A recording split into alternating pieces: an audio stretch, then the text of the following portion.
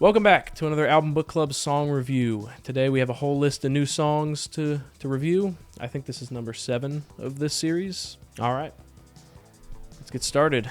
First track, we have Requiem of a Dream by The Fat Boy, suggested to us by The Fat Boy himself on YouTube. Let's go. Let's go. Hold on, did he just say he said something about having an infant in a Crown Vic? Yeah. Folks done swear they ate one. Did he just say people are eating infants? Do you not? Maybe that's why my hair's falling out.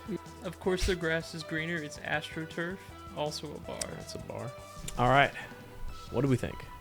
It's like a 7. 7.5. I think it's an 8. I'm going with 7. It's really solid. I mean, I like the beat. It got a little stale at points, but it's really not that bad. Sometimes I felt like I wish it would have been like mixed in better. Like the bass lays kind of right on top of the beat the whole time. Yeah, I think my biggest issues are beat issues because I think that the vocals are solid, the lyrics are good, the flow's good. It's just, Logan's probably going to talk about it, but the transition from the, I guess, bell or synth break back into the main melody is in the wrong key. And I think I noticed that the drums aren't perfectly lined up on that either, so... It's just an off key. It's something is just not quite lined up there. And then, yeah, I think the drums carry out over from one track above the other one. So then the kind of beats get messed up. I think you are going from like 2 to 3 of the new drum track, which is just weird because there is a slight switch up there. Well, it might be, this has happened to me a lot, where I have to zoom in like 4,000% to see that the drum loop is off by like the Half a beat. microscopic beat, and it messes it up 3 bars later. It happens. You gotta love it. I think his flow's very, very good. And then just there's some enunciation things and just different little cadence things that are kind of inflections that insinuate more is going to happen or less is going to happen, and the opposite does. And then just some hard consonants that kind of are a little just jarring. Not necessarily bad, just very like you're screaming it at me. There's a word for that, and I've used it before, and none of you looked it up. It's the iambic pentameter. I know. I'm still concerned that you're lying to us about that. No, Shakespeare made it up. Promise. I know that's a Shakespeare thing. Yep. But I thought it was a way you were... isn't that like how he wrote his things? Yeah, he had like a way of basically going through and making sure words would flow with one another. That's why he invented a lot of words that we still use, is because they didn't exist in a way he wanted them to exist. All right. Next up, we got Into the Gray by Coldhearted, suggested to us by Coldhearted on TikTok. I like the chaos of it all. Really don't like that. No, the guitars during the chorus are like as like hard as they can. I fuck with it.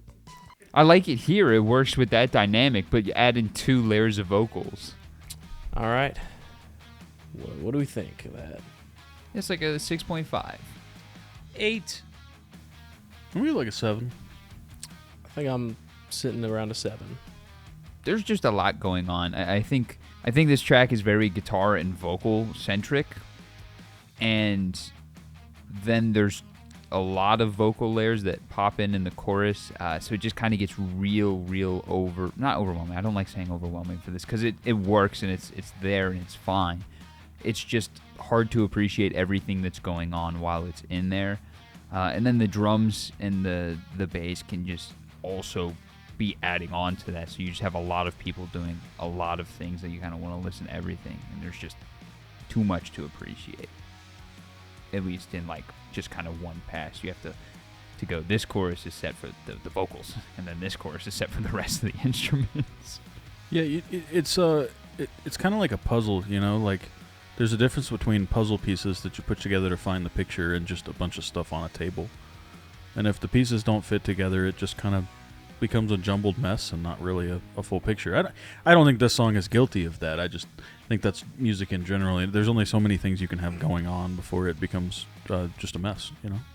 Yeah, that's actually part of the reason I like this song so much. I'm a big fan of like music where like there's a lot of things going on at one time, kind of like the chaotic mix of everything. There's something about it.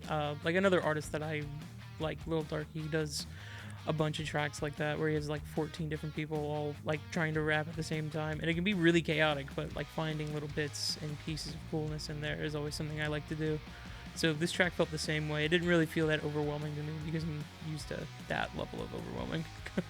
Yeah, I'm definitely a fan of like musical maximalism. There were stuff in here that some of it just seemed like it didn't need to be there all the time. You know, they could be a little more choosy about when they decide to do things. That's really all it is. But it's not awful. I mean, it's Sometimes the cool riff is really only cool because it's there once or something like that. When it's there all the time, it can be. I mean, it's not that it's not cool. It's just like, oh, heard that again. I mean, really, music theory is all broken down to anticipation, and that goes with everything. You know, the way our ears hear things is we hear some sort of trouble and then a resolution. You know, that's what we see as a journey in somewhere, and the anticipation has to build in the movement of the piece going through as well as in the actual chord structure. Yeah, I like a lot of what this song did individually, but like we've been saying, it's a lot all at once. It sounds to me like nobody's idea got turned down for the song the entire time of making it. It was just, hey, let's add this. Yeah, sure. Just was default answer to anything that wanted to get added. And I think just being a little more selective about what gets put in the song, because like the electronic noises I don't think super fit in this song. In the genre, sure, but I don't think in this specific song. I think, yeah, if they were on something else, it would.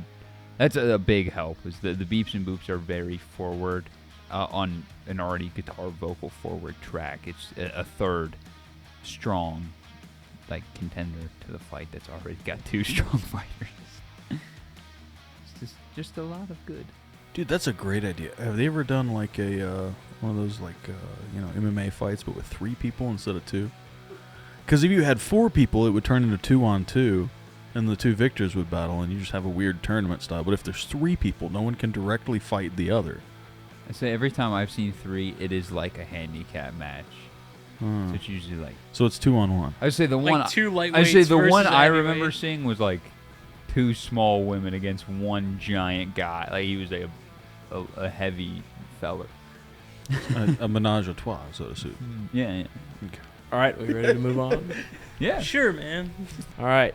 Next up, we have Windy Summer by Anri, suggested by somebody we know that I don't know if they want their name said on here, so I'm just going to not do it. You know who you are. Love you. This song doesn't sound like Good Times, but you could fit Good Times over this as a counter melody, and it would work. All right. What do we think of that one? 10 out of 10. 10. Easy 10. 10 out of 10. It's got everything you want any song to have. It got a great vibe. It sounds amazing. The instrumentation's great. The vocalist is great. Saxophone solo. What more can you fucking want? I think that's the happiest I've been in a long time. We Next were week. having a good time over here on this couch. Next week, when we review this entire album 3 times. Would not be mad. Cool. Yeah, we're good. Yeah. Yeah. I'll talk about it again. Yeah, this song is perfect. There's not one bad vibe about it. There's not one bad thing about it. I mean, musically, it's sound. Production-wise, it's sound. Everything it's just so perfect. I don't understand it, and I don't want to. Yeah, the disco influence, you know, there's the snare's probably a little low for me. I complain about a snare every week, so I have to complain somewhat. But, Ooh, snares. yeah, you know, I like my snares bright and poppy. This one was fat and chunky, but, you know, it's fine. It let the bass player shine a couple of times. The track is super groovy. All the hits are incredibly lined up. The band is tight like a Toiger. I mean, toy like a Toiger. Yeah. No, the band's super tight. Everybody's playing really well. It's just a really fun track, and I think it made my day better. Might be the best thing to happen yet today. Super fun track on a super fun album. I should have brought it up, put it on the shelf for this review. All right. Next up, we have Going Yet by Maris, suggested by our semi-anonymous YouTube viewer. Favorite viewer. The GOAT. The GOAT. The goat. That's why he's the GOAT! The GOAT! Windy Summer. All right. What do we think? That's like a 7.5. 7.5. It's like a 9. I'm gonna go back down to a 7.5. I think it's a very good song. It's very fun. It's very, very well produced. I think there's nothing wrong with it inherently. It's just I was able to pick out a lot of things that I could kind of figure out either where I think they pulled from or just common progressions in other songs. And, you know, I kind of like to not know what's coming next in a song I've never heard. Yeah, that's kind of where I'm at with it. I think it's pretty good. You know, it's fun. It's catchy. It's just got a little bit of that kind of just general pop vibe to it. I'm going to change my score to a 7.5. I think I'm riding the vibe from the last song still, not going to lie. But no, I did like it. You know, it's got this really kind of catchy, like, feel-good energy. I felt good. I like the vibes. Yeah, we've said energy, I think all of us have, so I'm going to join the pack here. It reminds me a lot of the other song from Maris that we reviewed after the EP that we reviewed. It's just standard good pop song. All right. Next up, we have Such Small Hands by La Dispute, suggested to us by Jarrell. Oh! I think I was like in my sleep. Dude, it feels like he's just in the shower crying. I think they lost more pilots this time. I think this is like 16 more pilots this time. All right. What are we thinking? It's like a 5 or an 8.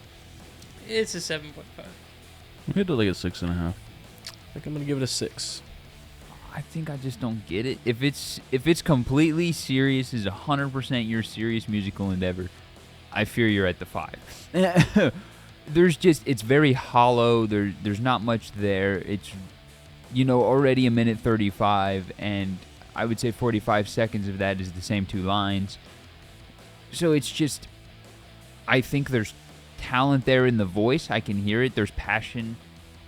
There's just some filler. The rest of a song missing. I think you've got a really good part of a song here.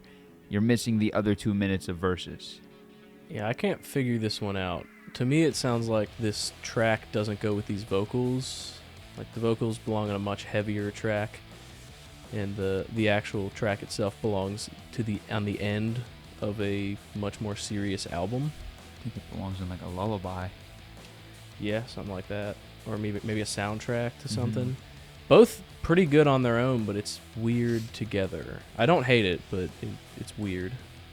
I give it such a high score because I can really see the art kind of in it. I've heard this track before, and I've always kind of liked how visceral and raw the vocals felt. Like, you can really feel every single thing they're saying is just pure anger, and it's kind of hard to convey that through a song. So give them props there. The rest of it is pretty hollow though.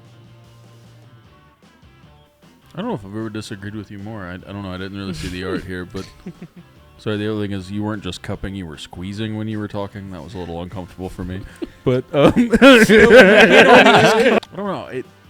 I think it lost most points for me just for the snare tone. It's not my least favorite. That probably still goes to Saint Anger or something along those lines, or I don't know. It's Saint Anger. I think that's everybody's. I don't know if Saint Anger is my least favorite. I've heard worse snare drums than that, but this is up there. Because I know the snare could sound good, but it doesn't. So this is where we are. All right. Next up, we're not reviewing this song. Yep, we got this song suggested to us, and during our research, we found out this is probably an AI band, so we are not going to be listening to it. Just like your middle school teacher, if it's AI, you fail. There's just no soul in it. There's no point in listening to it. It's not real music. No, it's a bunch of other people's art culminized into something that is emotionless and fake. Don't send us AI music. We won't review it. We're not going to think any less of you for it because we're not going to remember you. But also, it sounds like shit, so just don't send it. Wow.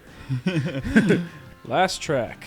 We have. I know what this one is. We have Karma Chameleon by Culture Club, suggested by Logan. Yeah! Yeah! Somebody had to get it rolling on Instagram. Carl gave up. Oh, he's leaving. Damn, when he stepped on this court, everything got so He's gonna crunchy. come back dressed like Boy George. Gonna come back with the trench coat. Are you all giving it a 10? Yeah. Oh yeah. I'm giving it a 10 to Messi Dog. All right, Logan, start it off. That's a 10. That's a 10! 8. I'm gonna give it a 10 for the bit. That song is awesome. I love that song. That to me is like the perfect kind of dance song. It makes you want to get up and go. It's the same vein as like Wake Me Up Before You Go Go. It's just one of those songs that I just love, enjoy, and it can't say a bad thing about. I also love both of those songs, and I feel the exact same way about this one. It makes me want to get up and move, and the vibe is awesome the whole time. And also, like, this is such a nostalgic song too. I don't know. Ever since I heard that sad cover of "Take on Me," I've been wondering if like all '80s songs are actually just sad, and they just Is it the MTV Unplugged one that just, they like, did? Yeah, they just like crank them up in the studio, and then they turn them into happy things. I don't know. I mean, the most happy thing comes from sorrowful people. All right. If you made it this far in the video, make sure to like, comment, subscribe. Drop some songs down in the comments for us to review in the next part of this video. See you next week. If you don't know, it's the little thing that looks like that. Yeah, do that one. Yeah. I looked at their camera. That one can't see me.